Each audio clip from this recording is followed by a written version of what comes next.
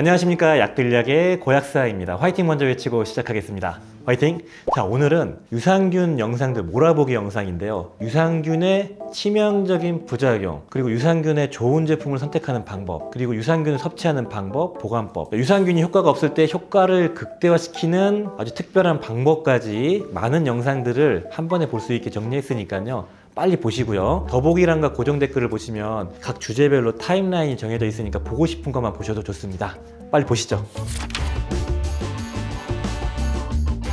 유산균에 대해서 자주 문의하시는 내용들을 좀 정리해봤어요. 어떤 내용이냐면 유산균 부작용이 있나, 유산균이 내성이 생기지 않나, 혈당 유산균, 다이어트 유산균이 무엇인가, 여성 유산균과 일반 유산균 함께 먹어도 되나, 뭐 그런 것들, 유산균 냉장 보관해야 되는지, 언제 먹는 게 좋은 건지, 이러한 내용들을 정리해봤습니다. 빠르게 가볼게요. 첫 번째, 유산균이 부작용이 있나요? 라고 문의하셨던 분들이 많으신데요. 있습니다. 가장 흔하게는 소화불량, 복부팽만, 설사, 변비 같은 게 생길 수가 있고요. 드물진 않지만 알러지 반응 같은 게 생길 수가 있고요. 아주 희박하지만 유산균 섭취하고 사망한 케이스도 있었죠. 몸이 면역력이 떨어졌을 때 폐혈증으로 진행돼서, 유산균이 자체가 살아있는 균이기 때문에 장을 투과해가지고 혈관 쪽으로 넘어가서 균이 퍼지면서 염증 반응이 생기는 그 폐혈증으로 사망한 케이스가 있었습니다. 따라서 일반적으로 희박하지만 유산균 섭취할 때 알러지 반응이나 열이 나거나 이런 게 반복되면은 당장 섭취를 중단하셔야 된다, 이렇게 말씀드리고 싶고, 경미한 위장 트러블 정도는 보통 시간이 지나면 괜찮아진다, 이렇게 말씀드리고 싶습니다. 두 번째, 유산균은 한 가지만 계속 섭취해도 되는지, 바꿔줘야 되는지, 내성이 생기지 않는지에 대한 문의가 많으셨는데요. 유산균은 일반적으로 내성이 생긴다라는 명확한 근거는 없지만 생길 수도 있고 아닐 수도 있습니다. 유산균 자체가 섭취를 하게 되면은 우리 몸에서 살아남는 게 아니고 죽는 거예요. 그리고 우리 장에 있는 유익균들이 잘 증식하게 도와주는 균이 유산균이고, 그 유산균들은 그 역할을 다 하면서 없어집니다. 그렇기 때문에 내성이 생긴다는 거는 명확하진 않지만 약발이 확실히 떨어진다라는 거는 많이 봤습니다. 그래서 어떻게 해야 되냐면은, 유산균은 한 가지만 계속 먹는 게 보통 원칙인데 먹다 보니까 확실히 예전보다 배에 가스 차거나 화장실을 가는 횟수가 줄어들거나 뭐 아무튼 약발이 떨어진 신호가 나타난다면은 그때 바꿔볼 필요는 있다, 이렇게 말씀드리고 싶고요. 그럼에도 잘 맞는데 굳이 바꿀 필요는 없다, 이렇게 말씀드리고 싶습니다. 세 번째 질문, 혈당 유산균, 다이어트 유산균, 갱년기 유산균이 있는데 이건 무슨 유산균인가요? 이런 질문이 많으셨는데요.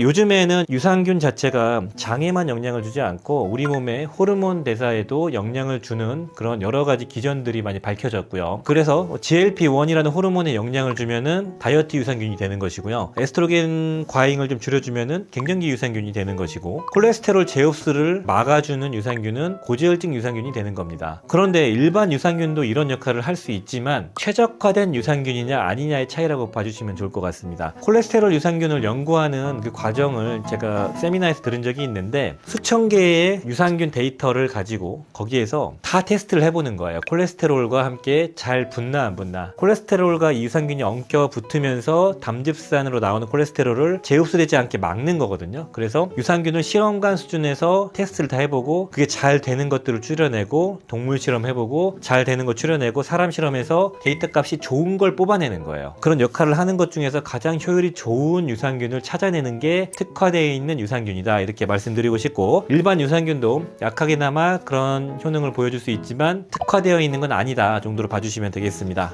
네 번째 질문으로, 여성 유산균과 일반 유산균 같이 섭취가 가능한가요? 라는 질문에서 추정을 해보자면은, 여성 유산균은 질염이나 방광염을 예방하는 그런 유산균인데 이것도 장에 좋은데요. 근데 질염균을 억제하는 그런 유산균을 뽑아낸 겁니다. 여성 유산균을 일단 섭취하신 분들은 장에도 좋을 가능성이 높기 때문에 하나만 먹어보고, 장 건강이 좀 부족하시면 그때 일반 유산균을 함께 섭취하면 됩니다. 이때 섭취하는 방식은 아침에 유산균 하나, 저녁에 나머지 유산균 하나, 이렇게 시차를 좀 두는 게 좋습니다. 같이 배합되어 있는 게 아닌 다른 유산균을 넣었을 때 서로 경쟁할 수 있거든요. 그래서 따로 좀 띄워주는 게 좋다, 이렇게 말씀드리고 싶고, 다섯 번째 자주 문의 주시는 질문 중에서 유산균은 냉장 보관이 필수인가요? 여기에 대한 답변인데요. 유산균이 냉장 보관은 필수인, 그러니까 온도에 민감한 유산균이 있고요, 온도에 민감하지 않은 유산균이 있거든요. 그래서 냉장 보관을 해야 되는 유산균은 표기가 돼 있습니다. 그런 유산균은 냉장 보관해 주시고, 냉장 보관이 필요 없는 유산균들은 굳이 냉장 보관할 필요가 없습니다. 그런데 냉장 보관이 필요 없는 유산균을 냉장고에 보관하는 거는 괜찮아요. 않아요. 그렇게 구분하시면 되고, 그리고 여섯 번째, 가루 유산균과 캡슐 유산균의 차이는 뭔가요? 라고 물어보셨을 때 일반적으로 가루는 먹기 편하게 만든 가루가 있고 또는 다른 유효 성분과 섞기 위해서 유산균을 만든 가루가 있는데, 일반 먹기 편하게 만든 가루와 일반 유산균 캡슐은 같은 거라고 보시면 됩니다. 근데 여기는 여러 가지 감미료와 부용제를 넣어서 먹었을 때 맛있게 넘길 수 있게 아이들부터 온 가족용으로 만들어진 게 가루다, 이렇게 보시면 되겠습니다. 그래서 이왕이면 캡슐이 좀 더 나아요. 일단 먹기는 불편하지만 뭐 열어서 먹어도 되고 내용물만 먹어도 되거든요. 그리고 가격도 상대적으로 캡슐이 저렴합니다.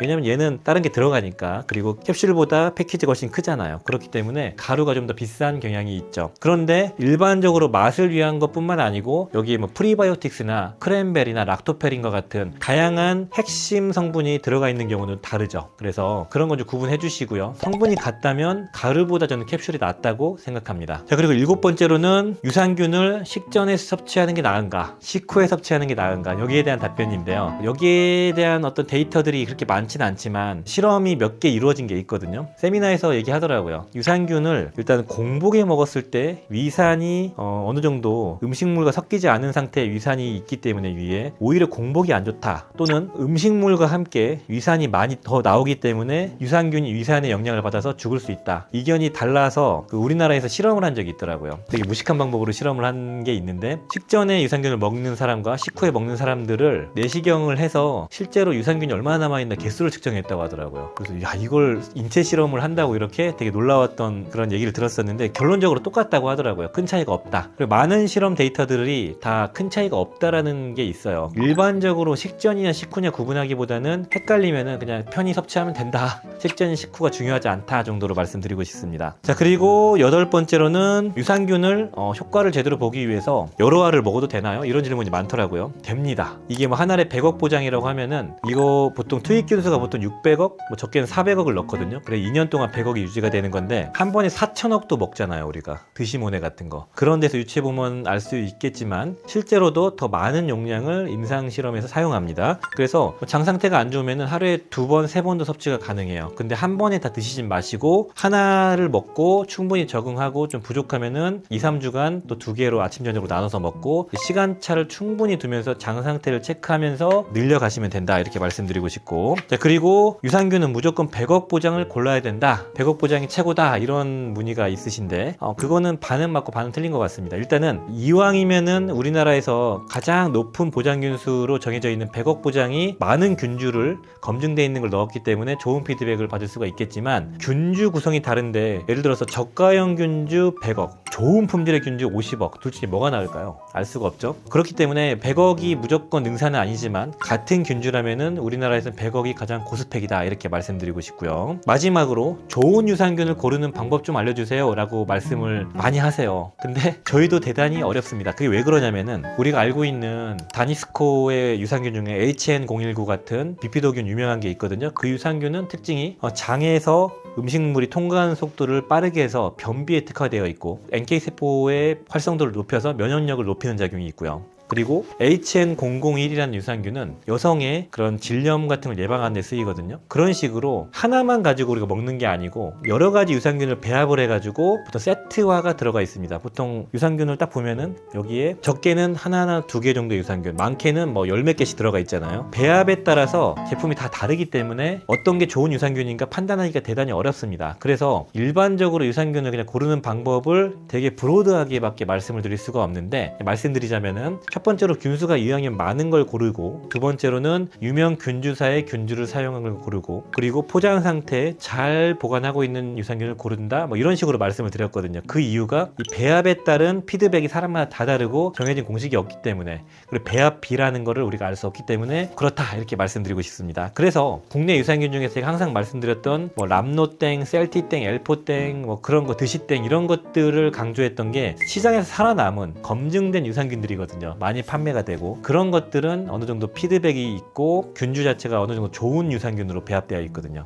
약들약. 오늘은 최고의 해외 직구 유산균에 대해서 말씀을 드리겠습니다. 최근에 왜 해외 직구 제품 소개를 안 해주시냐라는 얘기가 있으셔가지고 퀵하게 선택지를 좀 최소화시켜서 그냥 이 중에서 하나 고르면 된다라는 느낌으로 3-4가지 제품을 추천을 드리려고 합니다. 그냥 여기서 고르시면 초심자는 무조건 성공한다 이렇게 말씀드리고 싶고요. 좋은 유산균 고르는 기준은 자, 첫 번째 유산균 균주사가 어떤 건지 보는 겁니다. 다니스코, 로셀, 크리스찬 한센, UAS, 디어랜드 뭐 이런 걸 고르시면 되고요. 두 번째는 한 알당 유산균 균수가 얼마나 들어있나. 투입 균수인지 보장 균수인지는 확인하셔야 되지만 높을수록 보통 좋을 수가 있죠. 투입 균수는 유산균을 얼마나 넣었냐고, 보장 균수는 실제로 유통기한까지 그 유산균의 함량을 보장하냐 하기 때문에 좀 다른 개념이거든요. 보통은 보장 균수를 유통기한 동안 100억을 유지하려면은 투입을 한 500억 정도는 해야 됩니다. 그래서 500억이 점점 줄면서 100억까지 유지가 되는 것이죠. 세 번째, 가격을 확인해 주시면 좋을 것 같습니다. 이걸 기준하에 제가 워낙 유명한 제품들을 3번 정도 유산균 균수 검사를 맡긴 적이 있고 유산균 균수가 잘 나온 그런 제품을 한번 골라보겠습니다. 자, 이것만 보고 그냥 고르세요. 자, 첫 번째 가장 1순위로 고를 만한 제품이 자로우도필러스 EPS라는 제품입니다. 이 제품은 한 알당 50억 보장이고요. 실제로 제가 균수 검사를 해보니까 250억이 나왔습니다. 다니스코 특허균주를 사용했고 가성비가 대단히 좋고 한 달분이 한 10,000원대 대단히 가성비가 좋은 제품이기 때문에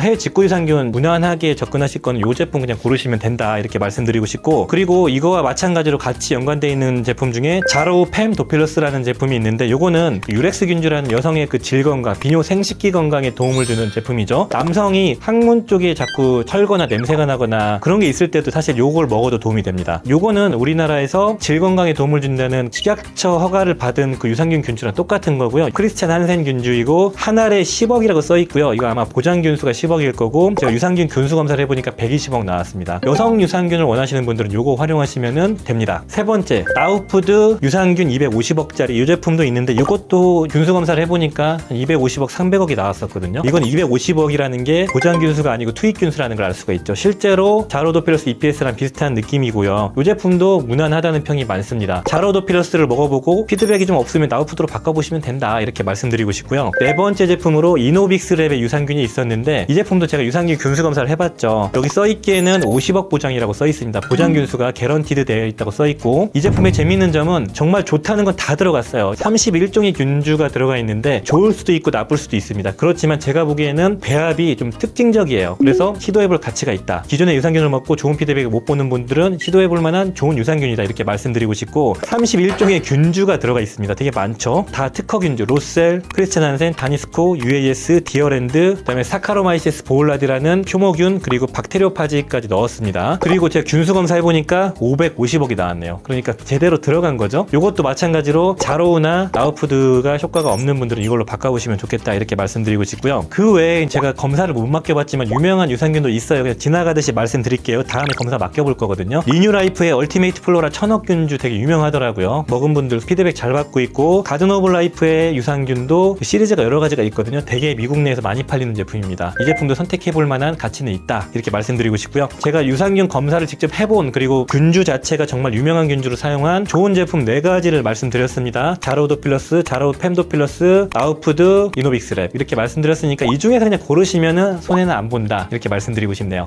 약들약. 자, 오늘 영상은 제가 자주 말씀드렸던 그 해외 직구 유산균, 그 유산균들의 균수를, 그러니까 함량이 제대로 나오는지 검사를 맡겨봤습니다. 그 결과가 나왔고요. 제가 4년 전에도 균수 검사를 한 적이 있는데 그거에 이어서 후속 영상이라고 보시면 되겠습니다. 제가 추천드리는 걸 좀 검증하고 그리고 책임감을 갖고 말씀드리기 위해서 제가 개인적으로 검사를 좀 맡겨봤고요. 참고로 균수라는 거, 뭐 100억 보장, 100억 균수 이런 거 들어보셨죠? 유산균 한 캡슐에 몇 마리의 균이 들어가 있나를 우리가 확인을 하는 겁니다. 국내에는 보장균수 제도라는 게 있어요. 식약처에서 100억 보장이라는 걸 인증하려면은 유통기한 내에 100억 마리가 유지가 돼야 된다는 실험 데이터를 제출해야지 식약처에서 100억 보장 이런 표현을 쓰게 하는 겁니다. 근데 외국에는 그런 보장균수 제도라는 게 없어요. 그래서 100억이라고 써 있어도 이게 100억을 투입했는지 유통기한까지 100억을 보장하는 건지 알 수가 없는 거죠. 참고로 국내 제품 100억 보장 유산균이 나오려면은 유통기한 2년 동안 100억 100억을 유지해야 되죠. 그러려면은 한 4배, 보통 6배 정도 넣어야 돼요. 그러니까 600억 정도를 넣어야지 100억까지 살아남습니다. 그렇기 때문에 국내 제품이 훨씬 더 균수 보장이 잘 되고 검증이 좀 돼 있는 거죠. 그래서 직구 제품도 잘 유지가 되는지 제대로 들어가 있는지 검증을 하려고 실험을 맡긴 겁니다.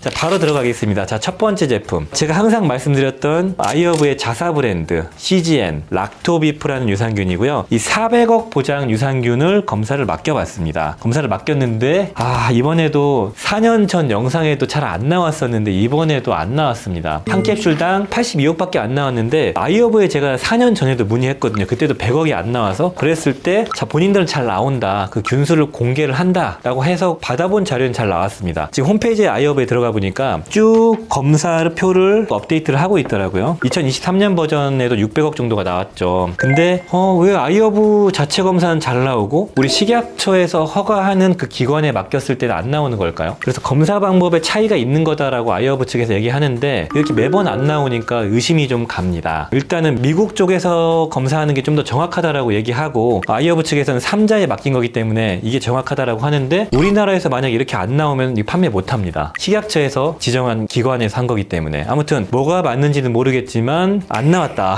아이허브 쪽에서 분명 이거 가지고 좀 우려를 하겠지만 저는 나온 그대로 말씀드린 거고요. 자, 두 번째 제품은 나우푸드 250억. 이것도 자주 말씀드렸었는데 다니스코 특허균주 호아루와 플로라핏 균주를 사용한 배합 자체가 상당히 괜찮고 250억이라고 써있고 가성비도 괜찮아서 자주 말씀드렸던 그 제품인데요. 이 제품은 390억이 나왔습니다. 250억을 아마 투입했다라는 느낌으로 표기한 것 같아요. 250억을 보장하려면 1000억 정도 넣어야 되거든요. 아무튼 국내에 한 50억 보장? 뭐 잘해줘야 100억 보장이 안 되는 그 정도 수준이지만 가성비를 고려했을 때는 그리고 균주 구성을 봤을 때는 나쁘지 않다 이렇게 말씀드리고 싶네요. 자, 그리고 세 번째 유산균은 라이프 익스텐션 GI입니다. 이거는 제가 예전에 한 몇 년 전에 소개해드렸던 건데 이 제품이 특이했던 건 뭐냐면은 테트라파즈라는 그 박테리오파즈라는 바이러스가 들어있습니다. 이거는 우리 몸에는 안전한데 유해균에 들어가서 유해균을 사멸시키는 그러니까 항생제 역할을 해주는 바이러스입니다. 이 박테리오파즈가 들어있어가지고 특이하고 상당히 요즘에 연구가 많이 이루어지고 있는 그런 조합이다라고 말씀드렸었는데 드신 분들이 어느 정도 피드백이 괜찮았는데 제품 설명을 보면은 고유 프로바이오틱 혼합물이라고 써있고 1회 제공량당 50mg이라고 써있지 몇 마리가 들어가 있나라는 게 안 나와서 검사를 맡겨봤습니다. 근데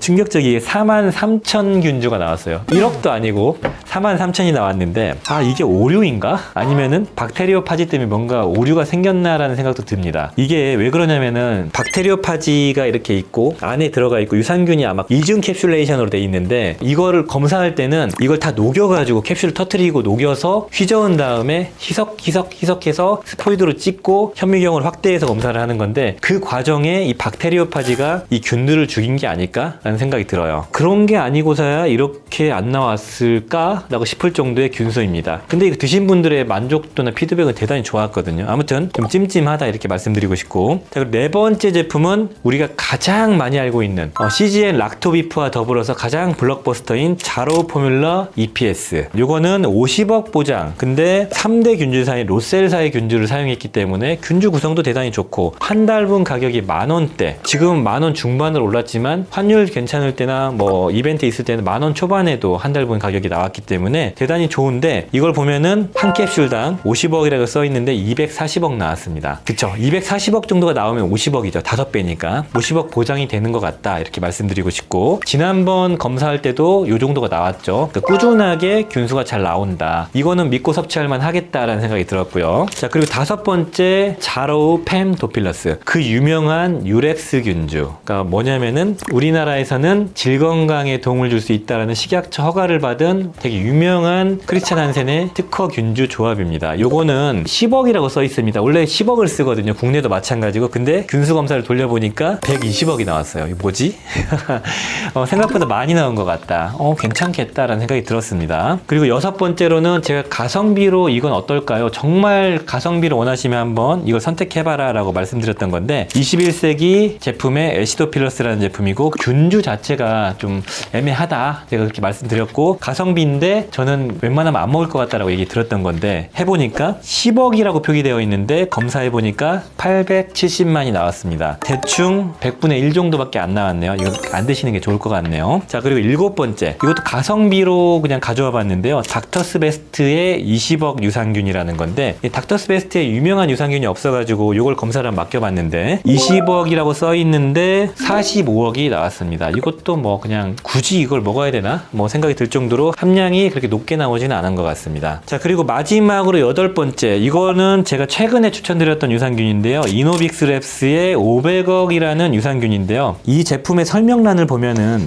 제품 찍을 때는 500억인데 유통기한까지는 50억 보장이다 라고 제품 설명서에 써 있습니다. 50억 보장 유산균이라고 보시면 되고, 이 제품을 추천드렸던 이유는 유산균 조합이 진짜 좋다라고 말씀드렸습니다. 이게 균주가 31종이 들어가 있는데 이게 뭐 로셀과 크리스찬한센과 막 다니스코랑 그 다음에 비포락토라는 덴마크 유산균과 UAS의 DDS1이라는 유산균도 들어가 있고, 아무튼 되게 좋은 게 많이 들어가 있고요. 그리고 효모균 사카로마이시스 보울라디라는 되게 유명한 효모균까지 들어가 있는, 그리고 또 재밌는 게 아까 말씀드렸던 그 박테리오파지도 일부 들어가 있고요. 프락토올리고당도 일부 들어가 있는데, 이렇게 막 잡탕으로 막 여러 가지 섞었는데 균수가 안 나오면 어떡하지? 라고 생각했는데 다행히 균수 검사해보니까 한 캡슐당 550억이 나왔네요. 50억 보장인데 550억이 나왔다는 건 상당히 높게 나온 거고, 균주가 대단히 여러 가지 복합적으로 들어가 있으니까, 그리고 박테리오파지까지 들어가 있으니까 한번 시도해볼 만 하겠는데 이런 생각이 들었네요. 약들약. 자, 마지막으로 정리를 하고 마무리 짓겠습니다. 좀 실망스러웠던 거는 아까 말씀드렸던 그 캘리포니아 골든 뉴트리션 CGN 락토비프가 여전히 100억이 안 나왔다는 거, 그리고 라이프 익스텐션 GI 유산균은 어떻게 45,000밖에 안 나올 수가 있지? 그리고 21세기 애시도필러스 이 제품 그냥 패스하시는 게 좋을 것 같고, 인상적인 거는 여전히 자로도필러스 EPS 그리고 팸도필러스 균수가 이상적이었고요. 이노빅스랩스의 균수도 대단히 인상적이었습니다.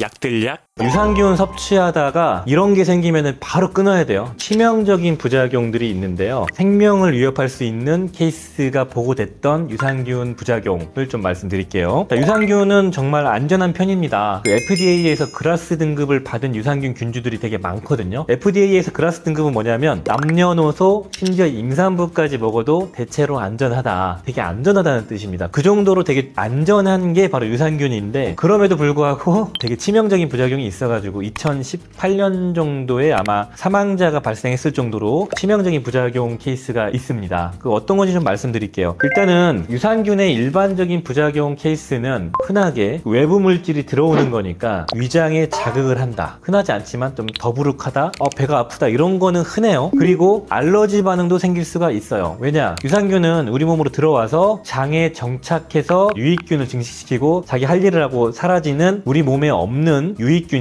들어왔기 때문에 외부 물질이 들어온 거죠. 그러니까 우리 면역기관에서 난리가 나는 경우도 있어요. 일반적으로 유산균은 면역력을 높여주지만 반대로 면역과 항진을 유발할 수도 있습니다. 따라서 이러한 것들이 경미한 부작용인데, 치명적인 부작용이 어떤 게 있냐면은 WHO에서 이제 부작용을 좀 정리해 놓은 게 있더라고요. 그래서 보니까 전신에 어떤 감염을 유발할 수도 있고, 호르몬이나 여러 대사에 영향을 줄 수도 있고, 면역계를 교란시키기도 하고, 유전자 전이를 유발한다, 이런 얘기도 합니다. 이게 어떤 내용이냐면은 전신 감염은 외부 물질이 들어와서 세균의 감염 증상을 유발한다, 염증 반응을 유발한다는 것이죠. 그리고 호르몬과 여러 대사에 영향을 준다는 유산균이 장에서 뇌까지의 어떤 호르몬 축에 영향을 주고, 엄밀히 말하면 장 건강에 영향을 주는 건데, 그래서 우리 몸에 우울증에 좋다고 알려져 있는데 반대로 우울증을 유발하거나 수면 장애를 유발하거나 기분의 변화를 유발하고, 여성 호르몬 에스트로겐 대사도 장에서 영향을 받는데 에스트로겐 대사에도 안 좋은 영향을 미쳐서 생리전 증후군이 생기거나 갱년기 증상 같은 홍조가 생기거나 이런 케이스가 있다는 것입니다. 그리고 면역 교란은 유산균 자체가 원래 면역에 중요한 역할을 하고 좋은 역할을 하지만 반대로 부작용으로는 면역계를 교란시켜가지고 자가 면역성 질환이 있는 분들의 증상을 악화시키고 면역력을 떨어뜨려서 감기에 잘 걸리게 하거나 아토피 증상을 더 안 좋게 하거나 이런 게 생길 수 있다는 것이고, 유전자 전이를 유발한다는 게 뭐냐면은 특정 유산균 균주가 서로 염색체가 교환이 되거든요. 그러면서 항생 내성균주를 더 증식시키고 상태로 어떤 약에 대한 대사를 잘 못 시키고 비타민 흡수 같은 걸 막 방해하는 그런 안 좋은 유해균들을 더 증식시키는 부작용이 있다고 알려져 있습니다. 이런 것들이 이제 유산균의 좀 안 좋은 부작용입니다. 흔하진 않지만 이런 걸 바탕으로 당장 끊어야 되는 유산균의 치명적인 부작용들을 좀 말씀드릴게요. 위장 트러블 같은 게 생기거나 알러지 같은 게 생기면은 보통 한 일주일 정도나 2주 이내로 사라집니다. 잘 맞으면요. 그런데 끊어야 되는 경우는 2주 이상 알러지가 반복되는 경우는 좀 끊어주셔야 돼요. 알러지가 계속 생기면은 감작, 탈감작 해가지고 알러지가 폭발하는 경우가 있어요, 우리 몸이. 그래서 2주 이상 알러지가 계속 생겼다는 거는 우리 몸이 얘를 대놓고 철저히 외부 물질로 인식하고 독소로 보는 겁니다. 그래서 우리 몸이 얘를 퇴치하기 위한 과민 반응을 보여주는 건데 거기에 계속 유산균을 섭취하게 되고 2주 이상 먹게 되면은 알러지 반응이 어느 순간 확 폭증하면서 입술이 붓거나 눈두덩이가 붓고 더 심해지면은 기도가 부으면서 숨이 가파지고 이런 경우가 생긴다. 그럼 바로 병원 달려가셔야 됩니다. 응급실 가셔야 돼요. 그래서 2주 이상 알러지 증상이 생긴다. 그러면 끊어야 된다. 이렇게 보시면 되고, 그리고 장 트러블 같은 경우도 보통 1, 2주 정도가 지나면 사라지는 흔한 부작용인데 보통 뭐 4주 이상 오랫동안 부작용이 생기는 경우가 좀 있더라고요. 그런데 모르고 계속 먹는 경우가 있습니다. 그냥 배가 아픈 것 같은데, 속이 쓰린 것 같은데, 설사가 계속 나오는 것 같은데 이러다가 장염 걸리거든요.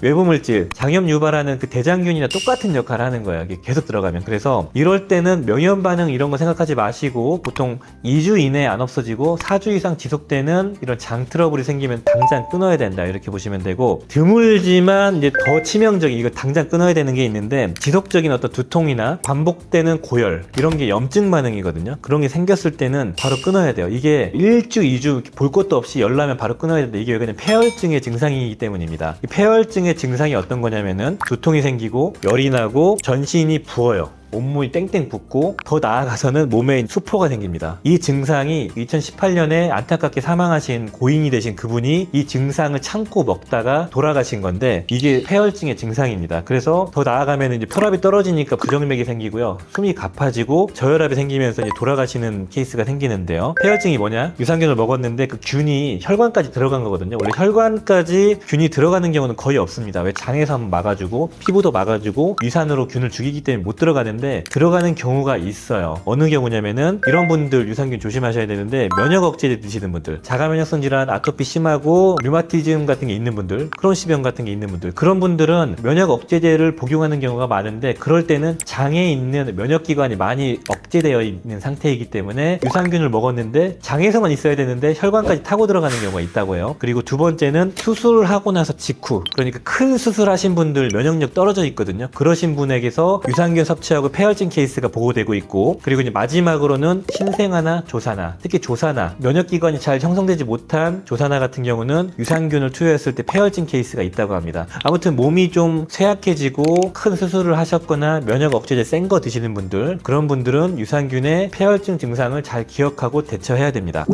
약들약? 자, 그렇다면 유산균의 부작용을 대처하는 방법을 좀 말씀드리자면은 처음 섭취했을 때 체크를 해야 되죠. 경미한 알러지인지, 경미한 위장장애인지, 아니면 이상이 없는지를 첫날부터 한 2, 3일 차에 보통 드러납니다. 최대 일주일 이내에 보통 증상이 드러나기 때문에 몸의 상태를 잘 지켜보는 게 가장 중요하다. 이건 사실 모든 영양제에 다 해당되는데요. 그리고 만약에 설사나 변비 같은 게 생기거나 좀 속이 좀 불편하다 그런 경우에는 밥 먹고 드시거나 테이퍼링, 이틀에 한 번 정도 먹는 걸 한 2주 정도 해서 몸이 적응 기간을 가지면은 부작용에 대처를 할 수가 있고요. 심한 부작용이 그러니까 예를 들어 눈이 붓거나 얼굴이 붓거나 수포가 생기고 열나고 이런 분은 당연히 그냥 끊으셔야 됩니다. 그냥 가차없이 끊고 쳐다도 보지 마시고 병원 가서 알러지약을 복용하셔야 됩니다. 그리고 이제 좋은 제품을 선정하면은 조금 이런 부작용의 빈도를 좀 낮출 수가 있습니다. 왜 그러냐면은 다니스코에 있는 특허균주나 우리나라 뭐 비피도사의 특허균주 같은 경우는 그라스 등급을 받았기 때문에 보통 안전한 편이에요. 그러니까 치명적인 부작용 거의 안 생기는 좀 검증된 균이라는 거죠. 그렇기 때문에 대부분의 유산균은 개인 특이적으로 사람마다 좀 반응이 다르지만 부작용의 빈도를 낮추고 좀 안전하게 섭취하는 방법은 좀 검증된 좀 유명한 유산균을 먹는다. 뭐 그 정도로 말씀드리고 싶네요.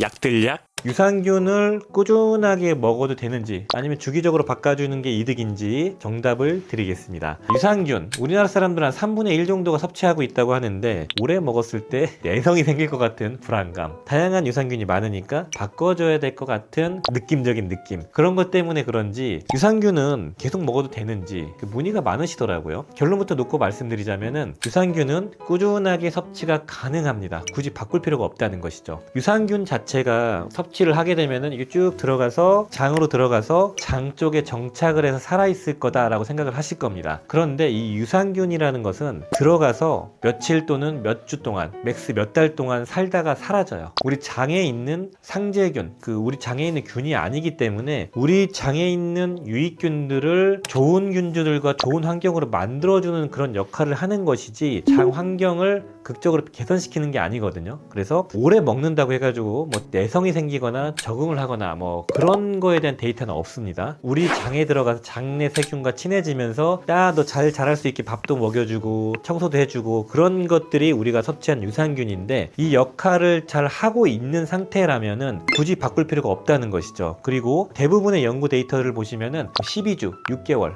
1년 이상 오랫동안 연구가 이루어진 데이터들이 많아요. 균주가 우리가 알고 있는 HN019, LGG, BB12 이런 뭐 유명한 유산균들은 오랫동안 섭취해서 장을 지속적으로 개선시켜준다는 데이터가 많이 있기 때문에 오래 섭취가 가능한 것입니다. 그렇다면은 평생 먹어도 되냐? 그랬을 때 먹을 수 있죠. 그래서 장이 지속적으로 건강하다면 바꿀 필요가 전혀 없습니다. 내성 생긴다는 자료 없고 얘가 정착해가지고 오히려 안 좋은 효과를 유발하거나 그런 것도 없어요. 무엇보다도 우리가 좋은 피드백을 받는 그런 유산균을 잘 찾기가 어려워요. 잘 맞는 게 있다면 바꾸지 마십시오. 그걸 그냥 드시는 게 되게 땡잡은 운이 좋은 뭐 그런 거라고 보시면 되겠습니다. 약들약 그러면 이거 평생 먹으라는 거냐? 나는 잘 모르겠는데 그랬을 때 제가 유산균을 섭취하는 원칙을 좀 정해드릴게요. 어떻게 먹고 언제 바꿔야 되는지 말씀을 드리자면은 첫 번째, 유산균을 처음 선택해서 섭취하면은 최소 3개월은 먹어본다. 3개월 정도는 먹어봐야 맞나 안 맞나 우리 장에서 피드백이 있나 없나를 알 수가 있어요. 이 유산균들이 설계한 대로 장에 정착해서 살아남고 쭉 효과를 보여줄 때까지가 3에서 6개월이거든요. 그렇기 때문에 3개월은 먹어보고 판단을 하자. 그리고 두 번째, 꾸준하게 3개월 정도 먹었는데 효과가 좋다 그러면은 그거 계속 먹는 거예요. 그런데 3개월이 지났는데 좋은 나 나쁜 날을 잘 모르겠다. 변비나 설사나 어떤 면역력이 떨어졌거나 또는 뭐 방광염이나 질염 같은 그런 부인과 질환이 있거나 이런 목적성에 부합하는 효과가 안 나타나면 그때 바꿔주시는 겁니다. 그리고 또 언제 유산균을 바꿔야 되냐면은 새로운 유산균을 가져와서 딱 섭취하는데 알러지 반응이나 심한 복통, 설사, 변비, 심한 변비 이런 게 생겼을 때는 바꿔주시는 게 좋고 경미한 뭐 가스참이나 뭐 변비, 뭐 설사 이런 거 생기는 경우는 최소한 2주에서 4주 정도는 버티고 드셔보시는 걸 추천드립니다. 부작용일 땐. 경미한 거는 보통은 장이 적응하면서 좋아지는 경우도 많이 있기 때문에 드시다 보면 좋아지는 경우가 많아요. 또 언제 유산균을 또 교체를 하셔야 되냐면은 장 건강은 괜찮은 것 같은데 요즘에 질염이 자주 생긴다. 방광염이 자주 생기네. 또는 뭐 혈당에 좋은 걸 좀 먹어보고 싶네. 그러신 분들은 그 특화되어 있는 유산균으로 바꿔보셔도 돼요.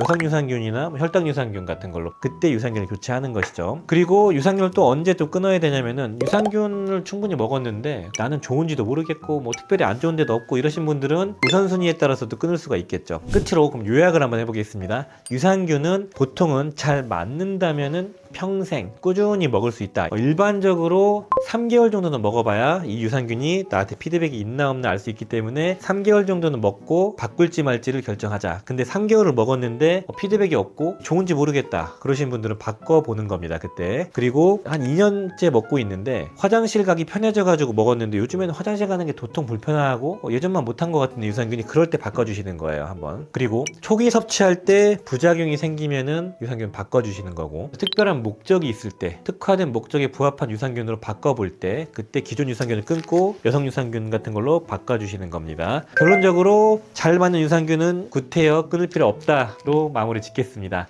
약들약 유산균이 그렇게 좋다는데 먹어보니까 그렇게 효과를 못 보는 것 같고 심지어 장에도 별로 피드백을 못 받는 것 같은 그런 느낌이 많이 있으실 겁니다. 유산균의 효과를 볼 수 있는 방법 그리고 시너지를 내서 효과를 극대화시킬 수 있는 방법까지 말씀드리겠습니다. 자, 일반적으로 유산균을 섭취하는 목적은 위장 건강을 챙기는 게 가장 첫 번째 목적이실 것 같고요. 두 번째로는 면역력 쪽으로 요즘 많이 섭취를 하고 계시죠. 장과 면역세포의 연관관계를 따져서 장을 챙기면서 면역 과민도를 낮추는 그런 목적으로 섭취하시는 분들이 많으실 겁니다. 그리고 세 번째, 장과 뇌를 연결시켜서 장 건강이 결국은 뇌 건강의 하나의 축이다. 그래서 장 건강을 챙기면은 수면장애나 우울증이나 번아웃 같은 것들, 스트레스도를 케어할 수 있는 여러 가지 이점이 있다 해서 드시는 분들이 있으실 거고요. 네 번째로는 여성의 질염이나 방광염과 같은 것들을 예방하는 목적으로 많이 섭취하시죠. 대표적인 게 엘레땡 이런 유산균이 있었죠. 다섯 번째는 요즘에는 뭐 GLP-1이라는 호르몬을 유도해서 식욕 억제, 번째, 체지방 감소, 혈당 조절, 고지혈증까지 개선시켜주고 에스트로겐을 조절해서 갱년기 유산균도 나왔습니다. 여러 가지 정말 이유가 있는데, 자, 그렇다면 내가 먹는 유산균 왜 효과가 없는지 좀 말씀을 드릴게요. 첫 번째, 유산균은 정말 개인의 편차가 크거든요. 사람마다 다 달라요. 그래서 검증된 유산균을 먹어도 효과가 떨어지는 그런 경우가 있고요. 내 장내 환경이 다를 수가 있거든요. 그래서 개인의 편차를 정말 많이 탄다. 그리고 두 번째, 유산균의 효과를 제대로 보려면은 오랫동안 섭취해야지 효과를 볼 수가 있어요. 일반적으로 배에 가스 차고 설사, 변비 이런 것들 짧게는 4주, 보통 한 12주 정도 섭취하면은 효과를 볼 수가 있는데, 면역력이나 혈당 조절이나 방광염, 질염 이런 것들은 최소 12주, 길게는 6개월 이상 꾸준하게 끊지 않고 롱텀으로 섭취해야 되기 때문에 즉각적인 효과가 보여지지가 않죠. 그래서 효과가 좀 애매한데라는 얘기를 많이 하시는 것 같고, 이건 약이 아니고 건강기능식품, 식품류이기 때문에 효과가 그렇게 드라마틱하진 않습니다. 꾸준하게 오랫동안 내 장내 환경을 개선시키면서 몸의 컨디션을 회복하는 그런 과정을 통해 가지고 점진적으로 좋아지는 것이죠. 그러니까 내가 먹고 나서 좋아진 건지 아닌 건지 너무 헷갈리는 겁니다. 자, 그리고 마지막으로 가장 중요하고 대부분의 원인을 차지하는 건데, 제대로 유산균을 고르지 못해서인 확률이 높아요. 예를 들어서 면역력에 좋은 유산균은 항균 작용으로 강력한 LGG 유산균이 있겠죠. 여성 유산균으로 유명한 거는 유렉스 유산균이 있습니다. 변비에 좋은 거는 HN019라는 유산균이 있고, 그런 식으로 특화되어 있는 유산균이 제품에 제대로 들어가 있고, 그걸 골라서 꾸준하게 먹어야지만 효과를 볼 수 있기 때문에 너무 어려운 거예요. 짭퉁 유산균들 많잖아요. 되게 저렴한 유산균 쫙 넣어놓고 이런 핵심 유산균은 조금만 넣어놓고, 그렇기 때문에 내가 유산균을 먹어도 효과를 잘 못 보는 겁니다. 좋은 유산균들은 영상으로 많이 추천을 드렸기 때문에 따로 말씀을 안 드릴게요. 그래도 좋은 유산균을 좀 알아야겠다 그러신 분들은 친한약사 어플로 문의 주시거나 약들약 밴드 여기 링크 있거든요. 거기로 들어오셔가지고 문의 주시면은 최대한 빨리 피드백 드릴 거고요. 국내 제품은 광고로 오인할 수 있기 때문에 멤버십을 가입하신 분들에게만 좀 보여드릴까 해요. 그래야지 광고다 이런 얘기가 안 나올 것 같아서 좀 그런 거 양해 부탁드리고요. 자, 그렇다면 어떻게 극복할 수 있을까요? 꾸준하게 섭취하고 적합한 유산균을 고르고 개인의 편차를 극복해야 된다라고 말씀드릴 수 있는데, 이건 어렵죠. 그래도 잘 고르는 수밖에 없다 이렇게 말씀드리고 싶고요. 자, 그렇다면 유산균의 효과를 더 극대화시키는 방법으로 좀 말씀드리겠습니다. 유산균과 궁합 좋은 영양제를 잘 조합해 주시는 게 하나의 방법이죠. 첫 번째, 유산균을 섭취하는 가장 근본적인 목적은 위장 건강을 챙기는 그런 목적이시죠. 그랬을 때 유산균과 함께 섭취하면 궁합 좋은 영양제는 바로 소화효소입니다. 유산균은 위와 장의 상태를 개선시켜주고, 소화효소는 위장의 부담을 줄여주는 작용을 하는 겁니다. 그렇기 때문에 일반적으로 위장 건강을 챙기시는 목적으로는 소화효소와 유산균을 함께 드시는 방법이 있죠. 자, 그리고 두 번째로 위염이나 장염이 있어서 위장 건강을 챙기는 목적으로 드시는 분들이 있을 건데요. 위염에는 글루타민과 DGL, 감초 추출물을 드시면 꽤나 효과적이거든요. 유산균이 가스를 빼주면서 건강을 챙기는 그런 관점으로 접근하고, 감초 추출물은 위의 염증, 장의 염증을 줄여주는 역할을 하는 것이죠. 그리고 글루타민과 같은 것들, 그 아미노산 섭취하면은 위와 장의 점막을 재생해서 염증 개선에 효과적이고요. 특히 장염이 자주 걸리시는 분들 있죠. 이러신 분들은 초유를 드시면 대단히 효과적입니다. 그래서 유산균과 초유, 특히 비피더스 유산균과 초유를 함께 드시면 극적인 효과를 볼 수가 있는 것입니다. 자, 그리고 세 번째, 변비 때문에도 유산균을 많이 드실 건데요. 아까 HN019라는 유산균을 말씀드렸죠. 그런 게 제대로 들어가 있는 걸 고르시고 식이섬유나 산화마그네슘을 드시면 효과적입니다. 이렇게 하시면은 상당히 변비에 효과적이고 바로 화장실을 갈 수가 있는 그런 구성이 되죠. 식이섬유는 대표적인 게 사과 식이섬유가 있고요. 차전자피와 같은 강력한 식이섬유도 있습니다. 그리고 제품으로는 가드너 오브 라이프 유기농 로우 식이섬유를 말씀드렸죠. 이런 것들을 같이 드시면은 상당히 시너지가 납니다. 자, 그리고 네 번째로는 설사 보시는 분도 있죠. 설사에는 유산균과 초유 단백질이 되게 효과적인데요. 초유 농축되어 있는 걸 드셔야 되지, 초유 조금 단백질 조금 들어있는 거는 드시지 마세요. 자, 그리고 다섯 번째, 맥주 효모를 발효시킨 에피코라는 게 있거든요. 특허 원료인데 우리나라에도 있긴 한데 거의 없고 해외 직구하시면 되거든요. 에피코라는 거 면역계를 상당히 강화시켜 줄 수 있는 알파글루칸, 베타글루칸 같은 게 특별히 많이 들어가 있거든요. 에피코 같은 맥주 효모 자체가 유산균의 먹이가 되죠. 그래서 유산균이 더 잘 증식할 수 있게 도와줍니다. 자, 여섯 번째로 방광염에 활용하는 방법이 있는데, 크랜베리랑 유산균이 궁합이 좋습니다. 크랜베리는 방광염 유발하는 세균이 들러붙지 못하게 막고요. 유산균은 균이 증식하지 못하게 막습니다. 그래서 궁합이 좋은 게 크랜베리 유산균이고요. 그리고 일곱 번째, 질염도 자주 재발하시는 분들이 있을 건데, 질염에 탁월한 유산균, 유렉스균주 같은 거나 리스펙타균주 같은 게 있죠. 이런 거와 더불어 가지고 궁합이 좋은 게 뭐가 있냐면 프로폴리스 또는 락토페린 콜레스테롤과 같은 항균 작용이 있는 보충제입니다. 물론 유산균과 함께 드시지 마시고 궁합 좋다고 해서 동시에 드시라는 뜻은 아니에요. 유산균 아침에 먹고 점심쯤에 프로폴리스나 락토페린 먹고 그렇게 조합하시면은 염증을 조절하고 세균이 증식 못하게 면역력을 높이는 그런 작용이 있거든요. 그래서 유산균만 먹고 질염 효과 없는 분들이 함께 섭취할 수가 있는 것입니다. 자, 그리고 8번째, 혈당 조절에 도움 주는 에커만시아 계열의 유산균들이 요즘에 연구 많이 되고 있거든요. GLP-1 호르몬을 분비를 촉진해가지고 위고비 효과를 보여주는 것이죠. 식욕 조절하면서 혈당 조절까지 도와주는 유산균들이 많이 연구가 되고 있는데 이러한 것과 궁합 좋은 게 뭐가 있을까요? 베르베린이 있겠죠. 베르베린도 유산균과 같이 드시지 마세요. 유산균 자체를 억제할 수 있는 게 베르베린이기 때문에 아침 식전 유산균, 점심 저녁 베르베린 이렇게 드시면 됩니다. 자, 그리고 9번째로 갱년기에도 도움을 줄 수가 있는데 갱년기에 특화되어 있는 유산균들이 있어요. 이런 것들이 있는데 그 제품과 이소플라본과 같은 걸 함께 드시면은 상승 효과가 나타날 수가 있습니다. 자, 마지막으로 10번째, 콜레스테롤 유산균도 많이 요즘 연구가 되고 있죠. 유산균 자체가 콜레스테롤을 흡착해서 배출시킵니다. 재흡수를 막으면서 콜레스테롤 흡수량을 막는 것인데 그거와 함께 시너지를 낼 수 있는 게 마늘 추출물 같은 게 있겠죠. 마늘 추출물 먹으면서 유산균을 섭취하면은 그러한 작용이 서로 시너지가 나면서 효과적으로 고지혈증 수치를 낮출 수가 있는 것이죠. 홍국 같은 거 너무 세니까 마늘 추출물을 함께 드시면은 시너지를 낼 수가 있는 것입니다.